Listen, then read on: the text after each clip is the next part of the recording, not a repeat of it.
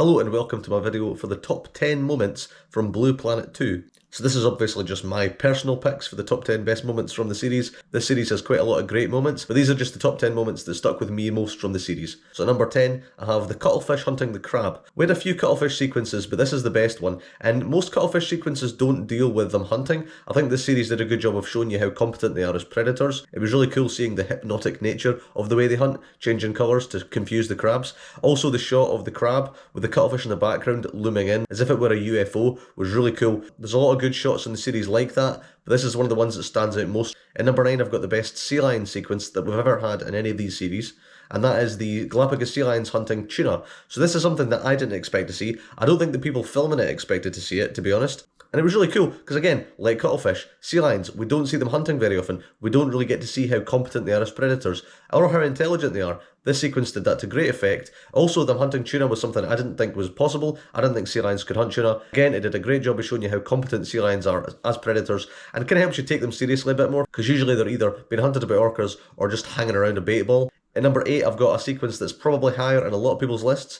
It's probably one of the more iconic sequences from the series, and that is the octopus outsmarting the shark. So again, octopus, we see octopus a lot, we saw octopus a lot in this series, but we usually see them hunting. I don't think we focus on how intelligent they are very often, and I think this sequence did a really good job of showing that. The fact that we see it outsmart a shark twice, the first time by putting its tentacles in its gills to basically stop it breathing, and the second time covering itself with rocks to confuse it, that was really good. Again, it did a great job of showing you how intelligent they are. And this sequence, while it probably would be higher on a lot of other people's lists, it's on number 8 for me, but that's just because there's a lot of other great sequences in the series. And number 7, I've got, from the same episode as the octopus, the spider crabs and the stingray. So this is a sequence that I didn't really remember very much before rewatching this, but no, I really don't know why. It's a really good sequence. I have seen this before in other series like Life, however this is the best version of that sequence I've ever seen.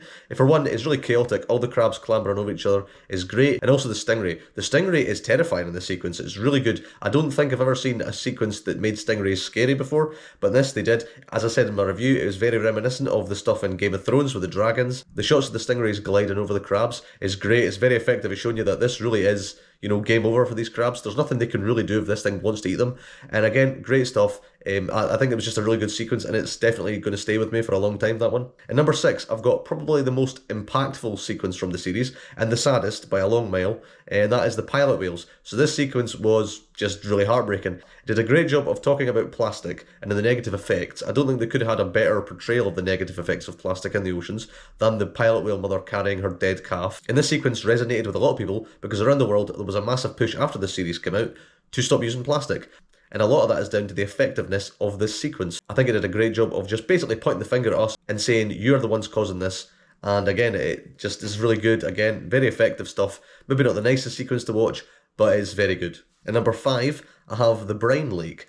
So this sequence did appear in Blue Planet, however, it was done a lot better here. This is probably one of the most inhospitable places on Earth, and I think that's something this sequence did a very good job of showing you. It was very interesting showing that life exists here at all, although it isn't thriving, it's still here.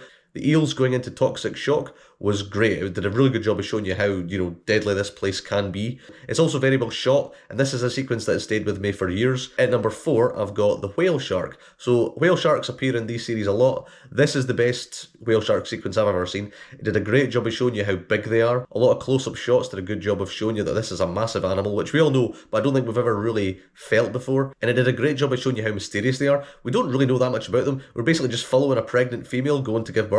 And while we know that she's probably given birth down there, we don't really get any concrete answers, but it was a really good sequence. I think it was just a very great display of a very magnificent animal that I don't think has ever been topped. And number 3, I've got one of the most surprising sequences from the series, which was the Bobit. So the Bobit was great. I went into that sequence thinking that I was getting out in the reef, maybe get some sharks, hunting fish. I didn't expect a polychaete worm doing that. The Bobit is terrifying. It's like the ultimate ambush predator from the series, and it's not an animal I'd ever heard of before. I don't think anyone else had either. And again, it was just great, even showing you that even during the day, it's still deadly. Great stuff. Again, that's something that, again, has stayed with me a lot. And yeah, just amazing stuff, really good stuff. At number 2, I have the whale carcass sequence. So every episode that deals with the deep ocean has a whale carcass sequence. This is the best deep ocean episode, and it's also the best whale carcass sequence. This is great. It's helped a lot by the 6-gill sharks, which are on full display here. They're amazing. They're an animal that we've seen before, but never really in this detail. Showing you how big they are is great, and showing them squabbling over the carcass, like it really felt like a clash of titans. This is a sequence that we've seen so many times over the years, and it's never been done better than this. And to be honest, I don't think there's any point in doing any more whale carcass sequences because I can't see them being better than this. My pick for number 1 is the sequence that has stayed with me the most from the first time I watched the series. It's the one I think of the most when I think of Blue Planet 2, and that's the sperm whales. So before the series, we didn't really see a lot of sperm whale footage. It's just a very wholesome sequence of this sperm whale mother and calf with her family. It's great. Again, it maybe isn't the most impactful with regards to the environment. It's maybe not the scariest. It's maybe not the most surprising, but it's just something that's nice. And when I think of Blue Planet 2, I think of the sperm whales, and they're just great. Again, it's just a really good sequence. So those are my picks for the top 10 moments of the series. There's a lot of other things that could have made the list, like the Wandering Albatross, the Humpback Whales and the Orcas, the Puffins, loads of stuff out there. A lot of great stuff in the series. It's very good. It's definitely better than Blue Planet. And while I'm looking forward to Blue Planet 3 when it does come out, part of me is like, is there any point? Because I can't imagine it being better than this series. What were your picks? I'm sure there's a lot I missed off. So let me know what you thought were the best moments from the series. And while I'm currently reviewing the series Asia, I am obviously open to suggestions for any future series you want me to talk about. So feel free to also comment those. Yeah, feel free to like, comment and subscribe, or don't if you don't want to. It's perfectly fine. I will survive. Yeah, and I'll see you soon, and goodbye.